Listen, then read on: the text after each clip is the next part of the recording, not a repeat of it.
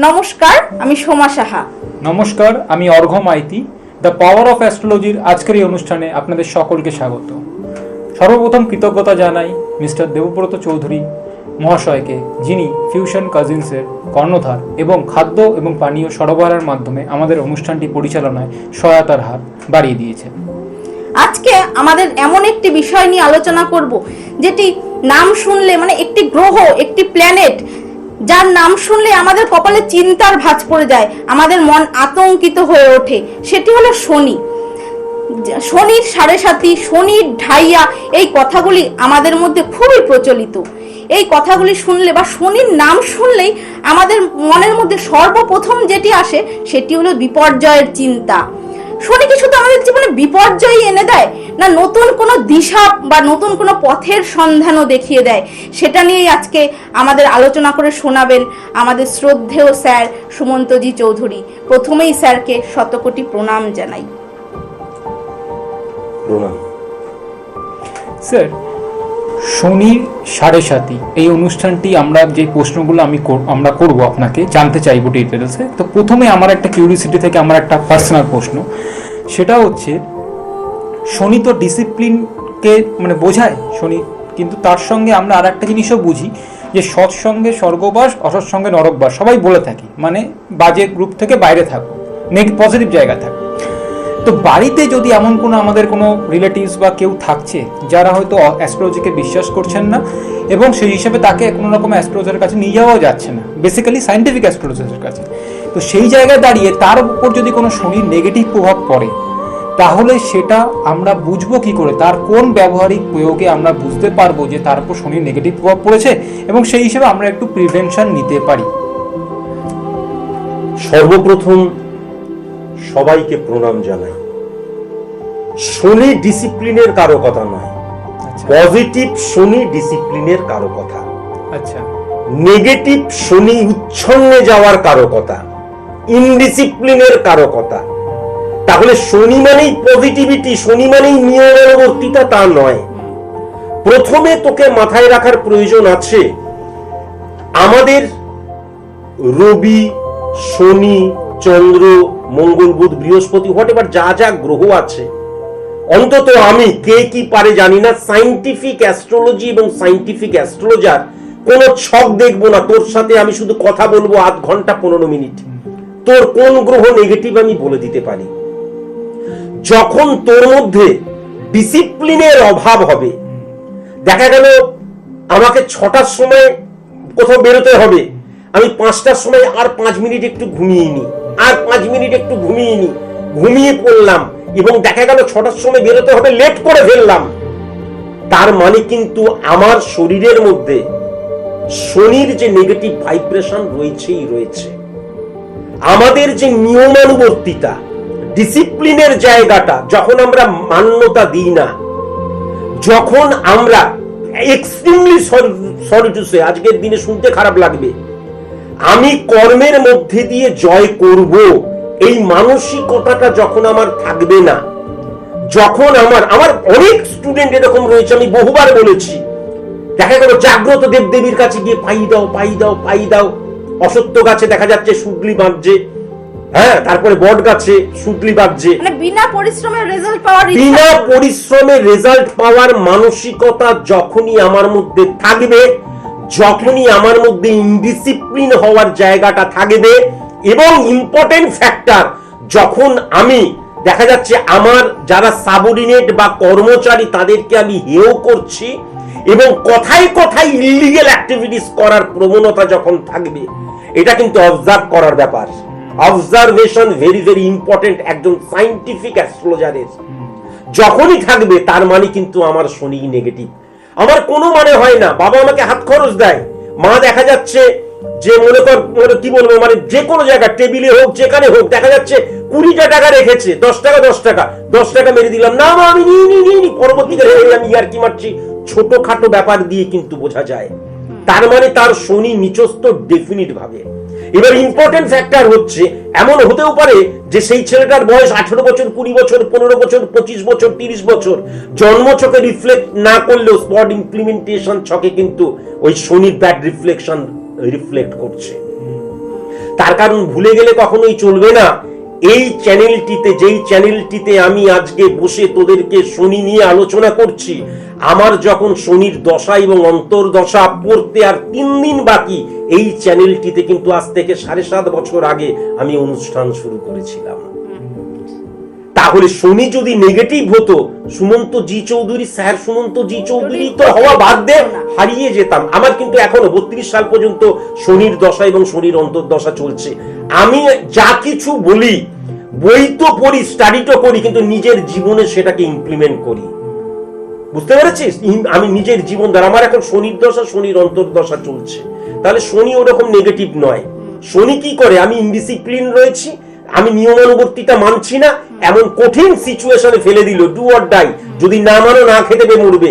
তখন সার্ভাইভ করার জন্য তখন দেখা যাচ্ছে আমি কর্ম করতে শুরু করছি, অর্থাৎ লোহার উপর দাম দাম দাম ইস্পাত তৈরি করছে।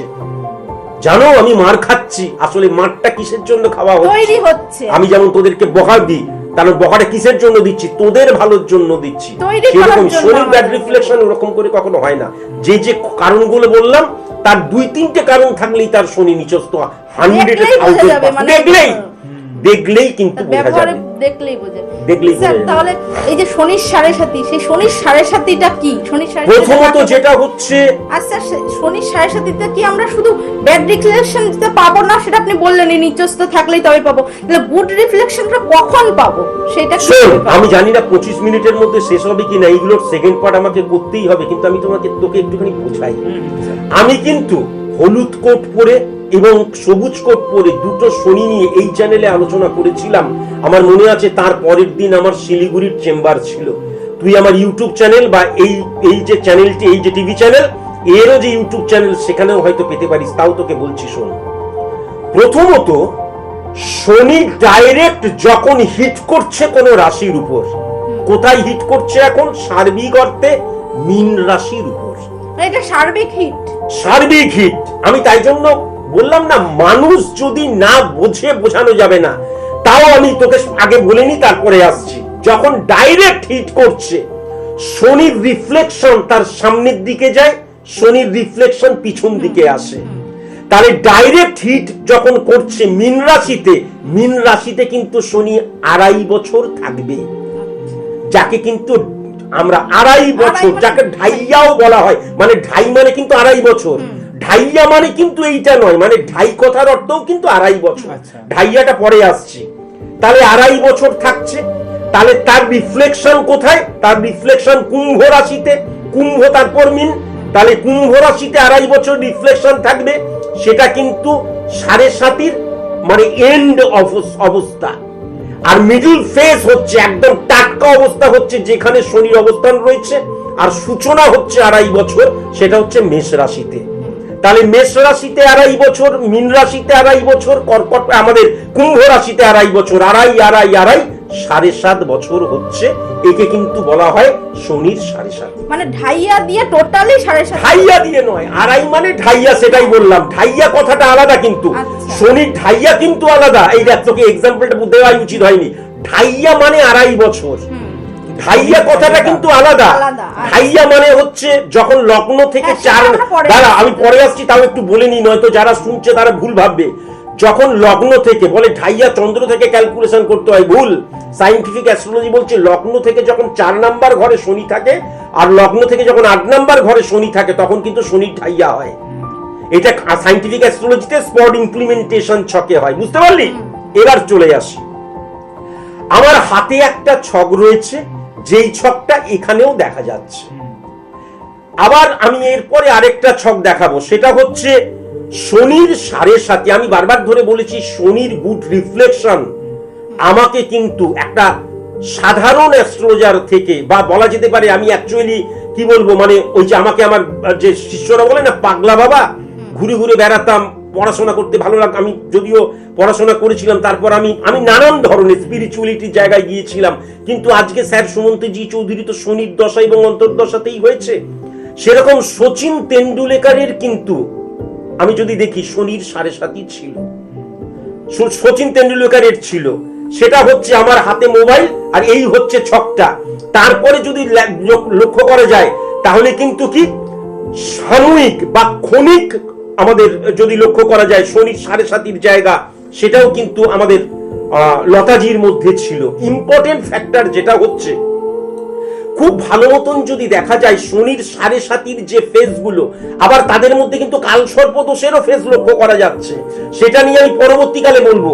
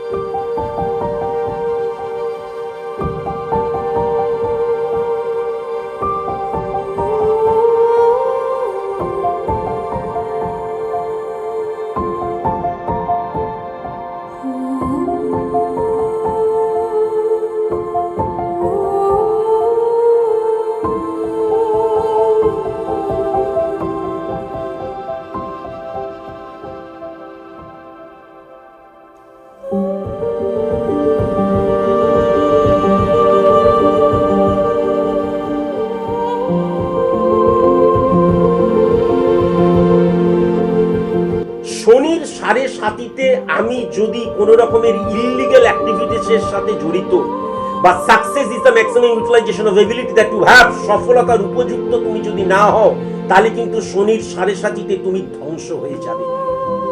আমি এখানে বসেই যে এক্সাম্পলটা দিয়েছিলাম সেই এক্সাম্পলটা তোকে দিই। রানু মণ্ডল বলে একজন ছিলেন। রানু মণ্ডল, সে আমাদের স্টেশনের মধ্যে বসে গান গাইতেন। রানাঘাট স্টেশন, এক সেকেন্ড, রানাঘাট স্টেশনে বসে গান গাইতেন, এবং তারপর দেখা গেল এত বেশি পরিমাণে ভাইরাল হয়ে গেলেন, পরবর্তীকালে কিন্তু পুজোর সময় প্যান্ডেলে প্যান্ডেলে রানু মণ্ডলের গান হতে শুরু করলো। তারপরে হিন্দি সিনেমা থেকে বাংলায় অ্যালবাম হলো, তখন কিন্তু রানু মণ্ডলকে নিয়ে ছড়াছড়ি। এবার ইম্পর্টেন্ট ফ্যাক্টর, এখানে বসে কিন্তু আমি এই ব্যাপারটা নিয়ে আলোচনা করেছিলাম, আজ থেকে প্রায়, আমি আজকে আবার আলোচনা করছি। এখানে বসে আমি প্রেডিক্ট করে গেছিলাম যে রানু মণ্ডলের ক্যালকুলেশনের মধ্যে দিয়ে দেখা যাচ্ছে তার জীবনে শনির 7.5 আসছে। যখন বলেছিলাম তখন কিন্তু হিমেশ রেশমিয়া ওই করে ওনাকে দিয়ে যে গানটা গাইয়েছিলেন, সুপার ডুপার হিট। এরপর এইখানে বসে করে গিয়েছিলাম, আজকে তুই ইউটিউব সার্চ করবি, আমার ইউটিউবে তো আছেই, the power of astrology সুমন্তজি Chowdhury. যখনই শনির 7.5 এন্ট্রি নিল, আমি নিজের চোখে দেখেছিলাম, সুতরাং এটা মিথ্যে হতে পারে না, আমি এখন প্রমাণ দেখাতে পারবো না, কিন্তু নিশ্চয়ই এটা দেখেছিল। বিশাল একটা অডিটোরিয়াম, দক্ষিণী হিরো হিরোইন সবাই কিন্তু বসে রয়েছে, হ্যাঁ, এবং আমাদের এআর রহমান সেখানে বসেছিলেন। সেখানে রানু মণ্ডলকে গান গাইতে বলছে। তখন কিন্তু এআই এর জামানা ছিল না, তখন এআই দিয়ে করছে না। রানু মণ্ডলের মুখ দিয়ে একটা টু শব্দ বেরোলো না, তিনি কিন্তু গান গাইতে গিয়ে ভুল স্কেলে গান গাইলেন। কেন? তার কারণ যখন সে তার কাছে অর্থ আসতে শুরু করছে, মান যশ, সবাই সিগনেচার করছে, সবাই মোবাইলে ছবি তোলার চেষ্টা করছে, তখন তিনি কখনো চিন্তা করেননি যে আমি কিন্তু আলটিমেট, আমি যে গানটা গাইছি আমার ন্যাচারাল প্রবৃত্তি এবং প্রতিভার মধ্যে দিয়ে, কখনো কোনো মতে কিন্তু আমার সেই স্কিলটা নেই। সাধারণ মানুষ এত ড্যাশ ড্যাশ ড্যাশ ড্যাশ লতাজির সাথে তাকে কম্পেয়ার করতে শুরু করলো, এবং ইম্পর্টেন্ট ফ্যাক্টর, লতাজি পর্যন্ত কিন্তু সোশ্যাল মিডিয়াতে বলল না ওনার গলাটা কিন্তু বেশ ভালো। একটাও মিথ্যে নয়, আমি সবকটা স্বচক্ষে দেখেছি। লতাজি কি করবে, এত বড় হাই প্রোফাইল মানুষ, তিনি যখন দেখছেন কার সাথে কার, চাঁদ আর ভাল্লুকের ড্যাশ ড্যাশ ড্যাশের সাথে তুলনা, লতাজি তখন বললেন ঠিক আছে। কিন্তু তখন রানু মণ্ডলের কি লেজ হয়ে গেল। লেজ হয়ে যাওয়ার পরে কি হলো, যখনই শনির 7.5 এলো, তছনছ করে দিল। কয়েক মাসের মধ্যে রানু মণ্ডল এখন কি করছে তোরা সবাই জানিস। রানু মণ্ডল কোথা থেকে কোথায় চলে এলো চিন্তা করতো। তিনি যদি যেই সময় ফটো তুলছেন, যেই সময় টাকা গুনছেন, যেই সময় প্যান্ডেলে প্যান্ডেলে ফিটে কাটছেন, সেই সময় যদি রেয়াজ করতো, আর এআর রহমানের চোখে যদি একবার পড়ে যেত না এনাকে দিয়ে কাজ করানো যাবে, কোন জায়গা থেকে রানু মণ্ডল আজকে লেজেন্ড হয়ে যেত। অনেকে তো হয়েছে, তাহলে কি হচ্ছে, এই যে বললাম ডেডিকেশন, ডিভোশন, ডিটারমিনেশনের জায়গাটা তার ছিল না, নিয়মানুবর্তিতার জায়গাটা তার ছিল না। সেম কাহিনী ভুবন বাদ্যকর, বোধহয় বাদ্যকর না কি নাম, বাদাম নিবেন দাদা, বাদাম নিবেন, সেই কাহিনীও আমি এখানে বলেছিলাম। শনির 7.5 কিছুদিনের মধ্যে আসছে এবং সে তছনছ হয়ে যাবে। বাড়ি, গাড়ি, সেকেন্ড হ্যান্ড গাড়ি, হ্যান ত্যান কত কিছু করে ফেললো, কিন্তু কেবল কি একটা গান গেয়েছে, সেটা মানুষের লোকের মুখে মুখে ফিরছে। বিনাশকালে মানুষের বুদ্ধি ভ্রষ্ট কতটা হয়ে যায় চিন্তা কর। সে কিন্তু একবারের জন্য চিন্তা করলো না যে আমার কিন্তু আলটিমেট কোনো ট্যালেন্ট নেই, আমি কোনো একটা গান এমনি ছন্দের মতন বলেছি, সেইটা সুপার ডুপার হিট হয়ে যাচ্ছে। বুঝতে পেরেছিস? তারপরে কি হলো, যখন রিফ্লেকশনটা চলে এলো, তখন সে তছনছ হয়ে গেল এবং আজকে একদম স্ম্যাশড হয়ে গেছে। তখন কি অবস্থা তাদের? তাহলে পজিটিভ শনি তোমাকে অনেক কিছু দেবে। যখন আমার শনির রিফ্লেকশনটা এলো, এবার আমার মতন তুচ্ছ একজন সাধারণ মানুষকে নিয়ে আলোচনা করি। শনির দশা, অন্তর্দশা যখনই আমার জীবনে এলো, ফার্স্ট কথা কি, প্রথমত হচ্ছে প্রিপারেশন। আমি কলকাতা থেকে চরম বৃষ্টিতে, আমার ছায়া সঙ্গী যিনি, সেদিনও তিনি আমার ছায়া সঙ্গী ছিলেন, গাড়ি করে বাঁকুড়ার উদ্দেশ্যে রওনা হচ্ছি, বাঁকুড়ার চেম্বার, দুজন আসার কথা। আমি যখন মাঝপথে গেলাম, প্রচন্ড বৃষ্টি পড়ছে, একজন মাত্র আসবে। সেদিন কিন্তু আমার ছায়া সঙ্গিনী গাড়ি ব্যাক করে কলকাতায় চলো বলেনি, বা সেদিন কিন্তু আমি একটা জামা পরে দূর একজন আসবে এমনি যাই তা নয়। সেদিনও কিন্তু কোট, সেদিনও কিন্তু টাই, সেদিনও কিন্তু ইস্ত্রি করা প্যান্ট, সেদিনও কিন্তু পরিষ্কার করা জুতো পরেই আমি গেছিলাম। এইবারেও যে গড়িয়াহাটের চেম্বারে আমি যে গেলাম, মানুষের ঢল। একটা সময় এমন ছিল, গড়িয়াহাটের চেম্বারে বসে আছি, কোনো মানুষ আসছে না। এটা কিন্তু আমার অফিসের মানুষজন এইগুলো আলোচনা করতে বারণ করে, বলে এইগুলো আলোচনা করবেন না। কিন্তু সেই দিনও কিন্তু আমি কোট প্যান্ট টাই একদম প্রিপারেশন নিয়ে বসেছিলাম, কেউ আসছে না কিন্তু। তাহলে ব্যাপার যেটা হচ্ছে, এই যে ডিসিপ্লিনের জায়গাটা, আমি পারি চাই না পারি, আমি সফল চাই না সফল, ডিসিপ্লিন। এবং বাড়ি ফিরে কিন্তু আমি অধ্যয়ন করছি, পড়াশোনা করছি। অন্য কেউ বলে কি, ধর এটা হবে না, ধর আমি চালের বিজনেস করবো, ধর অন্য কোনো বিজনেস করবো, ছেড়ে দিই না। কেন? তার কারণ হচ্ছে শনি পজিটিভ যখন হয়ে যায়, টার্গেট, ওই যে বললাম, সফলতা নয়, জিততে হবে, জেতার জন্য খেলো তুমি এবার। তাহলে ব্রেনটাকে ব্যবহার করো। শনি যদি পজিটিভ হয়, তখন কি হয়, তখন তোর সর্বশক্তি নিয়ে কিন্তু তুই লড়াই করবি। আমি এইসব চ্যানেলেই যখন প্রথম আরম্ভ করেছিলাম, তখন date of birth, time of birth, place of birth আমি বলতাম, বলার পর তখন কিন্তু আমি কি করতাম, যে এক একটা ঘর ধরে ধরে এমনি আলোচনা করতাম। তাহলে ঘর ধরে ধরে আলোচনা করতাম, মানুষ শুনতো, কিন্তু ইম্পর্টেন্ট ফ্যাক্টর, তখন আমার কোনো প্রতিষ্ঠা ছিল না, প্রতিষ্ঠিত আমি ছিলাম না। জীবনকে বাজি ধরলাম কি, যে আমি এমন প্রেডিকশন করব, 200 জন অ্যাস্ট্রোলজারকে যদি সে শোনে, তাহলে আমাকেই সে মনে রাখবে। তুই চিন্তা কর, আমি যখন তাকে বলছি তুমি বিয়ে করেছো, না স্যার বিয়ে তো করিনি, এই তোমার তো বিয়ে হয়েছিল দেখেছি, একটা এক্সাম্পল, দেখা গেল সে হয়তো সিঁদুর পরিয়ে বিয়ে করেছিল, কিছুদিন বিয়ে করার পর এরকম তো লাইফে হয়েছে। তুই চিন্তা কর একবার, যদি আমি এই প্রেডিকশনটা ভুল করি, একটা ছোট্ট ভুল করি, কাল আমাকে মারতে মারতে পশ্চিমবঙ্গ ছাড়া করবে। চিন্তা করেছিস কখনো? তাহলে এই রিফ্লেকশনটা কি থেকে আসছে? পরিশ্রমের থেকে। আপনার মানে আমার যে এই যে ডেডিকেশন, ডিভোশন, ডিটারমিনেশন, পরিশ্রম, নলেজ, শুধু পরিশ্রম করলে চলবে না, সাবজেক্টের উপর নলেজ, মারাত্মক নলেজ থাকার প্রয়োজন, তোকে মাথায় রাখার প্রয়োজন আছে। যখন এই যে রিফ্লেকশনের মধ্যে দিয়ে আমাদের যে, যেমন জেন্টিক বব, ফ্র্যাঙ্ক উইলিয়াম, এনাদেরও কিন্তু আমাদের কাল সর্পদোষ এবং শনির 7.5 উভয়ই কিন্তু জীবনে বহু ফেজে এসছে। তাহলে কি হচ্ছে, দেখা যাচ্ছে স্ত্রী অনাহারে শেষ হয়ে যাচ্ছে, তিনি কিন্তু দেখা যাচ্ছে গানের সুর করে যাচ্ছেন, নিষ্ঠা। তাই জন্যই না আজকে জেন্টিক বব ফ্র্যাঙ্ক উইলিয়ামকে মনে রাখছি, অথচ তার বউকে কিন্তু সে দেখা যাচ্ছে টাইমই দিচ্ছে না। জীবনটা যদি দেখা যায়, তাহলে ওই যে বললাম, গভীরে যাও, আরো গভীরে যাও। শনির রিফ্লেকশন জয়ের জন্য সবকিছুকে ত্যাগ করা যায়, সবকিছুকে ত্যাগ করা যায়। কেননা স্বামীজির কিন্তু সুন্দরভাবে বলে গেছেন, কি ঠিক কি ভুল কে বিচার করবে, কোনটা ঠিক কোনটা ভুল কে বিচার করবে। কিন্তু জীবনকে বাজি রেখেছি বলেই আজকে তুই আমার কথা শুনছিস, আজকে কিন্তু এই টেলিভিশন চ্যানেলে এখানে সবাই আমাকে শ্রদ্ধা করছে, এত স্টুডেন্ট আসছে, একদিন জীবনকে বাজি রেখেছে, এবং আজকের দিনেও তাই। আমি যখন কোনো লাইভ অনুষ্ঠান করি তখন এমন প্রেডিকশন করি, এবং মিথ্যা কথা নয়, আমার এখানে আজকে এমন অনেকে রয়েছে যারা গড়িয়ার চেম্বার, ব্যারাকপুরে চেম্বার আছে, আমি এমনকি অনেক প্রেডিকশন করি, যদি ভুল করি সেই মুহূর্তে তারা কিন্তু কলার ধরবে, মারবে। কেননা আজকের দিনে যদি লক্ষ্য করা যায় তাহলে দেখা যাচ্ছে প্রফেসর, দেখা যাচ্ছে উকিল, যেমন আমাদের মানে হাইকোর্টের উকিল এসেছিল, হাইকোর্টের উকিলকে বলছি তুমি কিন্তু বুদ্ধিকে সঠিক মতন ইমপ্লিমেন্ট করতে পারছো না, কত বড় মিস্টেক, যদি মিস্টেক হয়ে যায় সে আমাকে মারবে।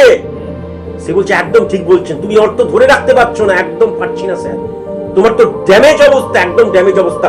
যদি আমার প্রেডিকশনটা ভুল হয়, হাইকোর্টের দুধে উকিল কি করবে, কোনো আইডিয়া আছে তোর? আমার বুঝতে পেরেছিস?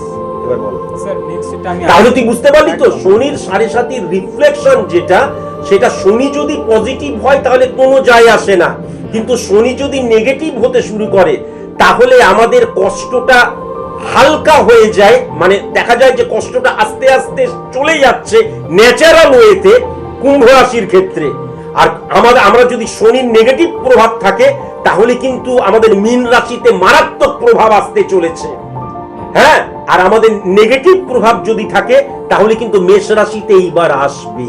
স্যার এটা আমি একটা এমনি জানতে চাই, এটা তো সার্বিকভাবে বলছেন, আর পার্টিকুলার প্রত্যেকটা মানুষের ক্ষেত্রে তো আলাদা আলাদা ইম্পর্টেন্ট ফ্যাক্টর যেটা হচ্ছে আমার দেখা যাচ্ছে জন্মছক নয়, স্পট ইমপ্লিমেন্টেশন ছক বা কালপুরুষ ছকে যদি শনি উচ্চস্থ থাকে, কালপুরুষ ছক দ্বারা যদি শনি উচ্চস্থ থাকে এবং দশা অন্তর্দশা যদি হয়, আমাদের এই শনির 7.5 বিন্দুমাত্র রিফ্লেকশন ক্রিয়েট করবে না, বিন্দুমাত্র রিফ্লেকশন ক্রিয়েট করবে না। বুঝতে পেরেছিস?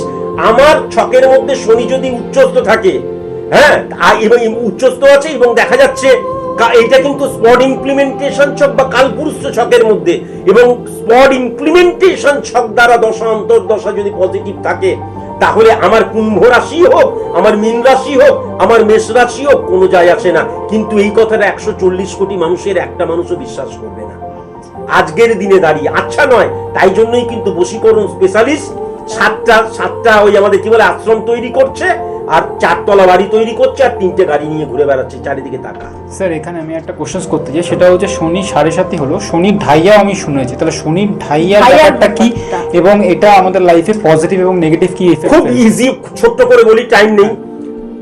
আমরা অনেক ক্ষেত্রে ভুল করি কি, এবং এইটা মানে আমাদের সনাতনী এবং বৈদিক অ্যাস্ট্রোলজি মতে বলা হয় চন্দ্র দ্বারা ক্যালকুলেট করা, একদম ভুল, একদম ভুল। তার কারণ হচ্ছে চন্দ্র দ্বারা ক্যালকুলেট করা নয়, চন্দ্র যদি আমাদের মন হয় তাহলে আমার 5 বছর বয়স 10 বছর বয়সে যে মনটা 30 বছর বয়সে সেই মন থাকবে না, তাহলে লগ্ন দ্বারা ক্যালকুলেট করতে হবে। লগ্ন দ্বারা 4 নাম্বার ঘরে যদি শনি থাকে, আর লগ্ন দ্বারা যদি 8 নাম্বার ঘরে, আমি আগেই যেটা বললাম শনির ঠাইয়া। এবার ইম্পর্টেন্ট ফ্যাক্টর হচ্ছে 4 নাম্বার ঘরটা কি। 4 নাম্বার ঘর মানে ওই যে বললাম success is the maximum utilization of ability that you have. 4 number ঘর দ্বারা কিন্তু মাতৃ প্রভাবকেও বোঝায়, 4 নাম্বার ঘর দ্বারা কিন্তু আমাদের ব্যক্তিগত জীবনকেও কিন্তু বোঝায়। বুঝতে পেরেছিস? তাহলে 4th house very very important হয়ে রয়েছে, আমার ব্যক্তিগত সাংসারিক জীবনকেও বোঝায়। শনির নেগেটিভ রিফ্লেকশন কিন্তু আমার এই জায়গাগুলোতে কষ্ট নিয়ে আসে, পুরো ড্যামেজ করে দিচ্ছে। আবার বলছি পজিটিভ এবং নেগেটিভ দুটো দিক আছে। যদি পজিটিভ হয় তাহলে কিন্তু বরঞ্চ তোকে নিয়মানুবর্তিতা বা রেসপন্সিবিলিটির জায়গাটা অনেক বেশি, আমি বুক দিয়ে আটকাবো আমার পরিবারকে এবং সফলতার জন্য নিজেকে নিংড়ে দেবো, সেই জায়গাটা লক্ষ্য করা যাবে। কিন্তু যদি আমার শনির রিফ্লেকশন নেগেটিভ থাকে তাহলে কিন্তু কি হয়ে যাবে, আমার নেগেটিভ রিফ্লেকশন, মায়ের দেখা যাচ্ছে শরীর স্বাস্থ্য খারাপ হয়ে যাচ্ছে, সাংসারিক জীবনে ভুল বোঝাবুঝির সৃষ্টি হচ্ছে, অর্থ সঞ্চয় হচ্ছে না। আর 8 নাম্বার ঘরে যদি শনির রিফ্লেকশন অলওয়েজ পজিটিভ, যদি শনি উচ্চস্থ হয়, আর শনি যদি নিচস্থ হয় তাহলে কিন্তু খুব খারাপ। এক সেকেন্ড একটা ছোট্ট করে বলে দিই, শনির রিফ্লেকশন খুব খারাপ কিসের জন্য? আমি যে ভুল করছি সেই আত্মসমালোচনা বা স্ক্রুটিনি আমি করব না, কেননা 8 নাম্বার ঘরটা কিন্তু মারক স্থান, লেন্দি প্রসেস, আমি ভুল করেই যাচ্ছি। এবং ইম্পর্টেন্ট ফ্যাক্টর যেটা হচ্ছে সাডেনলি অকস্মাৎ অ্যাক্সিডেন্টাল জায়গাটা সৃষ্টি হয়, অকস্মাৎ দেখা যায় আমার কোনো রোগ চলে এলো, আমি জানি না।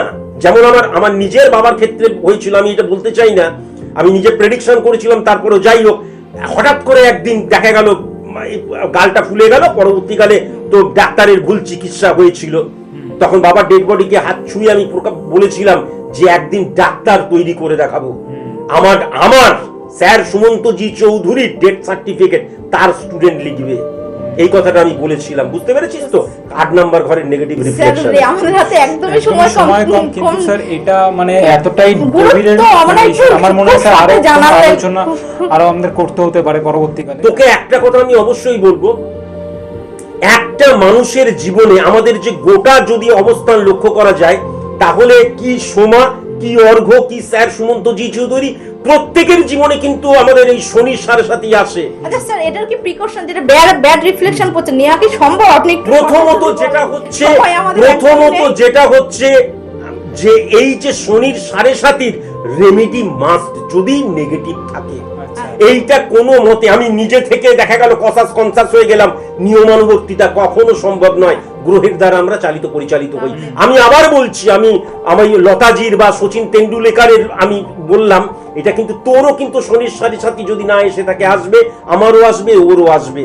আর আমরা যদি 50, 60, 70 বছর বাঁচি, তাহলে মিনিমাম 2বার 3বার তো আসবেই, ন্যাচারাল ওয়েতে কিন্তু অবশ্যই আসবে। বুঝতে পেরেছিস তো? শনির সাড়ে সাথীর অবস্থান একটা হচ্ছে জন্ম ছকে আসতে পারে, একটা কালপুরুষ ছকে আসতে পারে, একটা কিন্তু আমাদের স্পট ইমপ্লিমেন্টেশন ছকে আসতে পারে। এত কম সময়ের মধ্যে তো বিশ্লেষণ করা সম্ভব না। আরো স্যার এগুলো নিয়ে আলোচনা আমরা করব পরবর্তীকালে।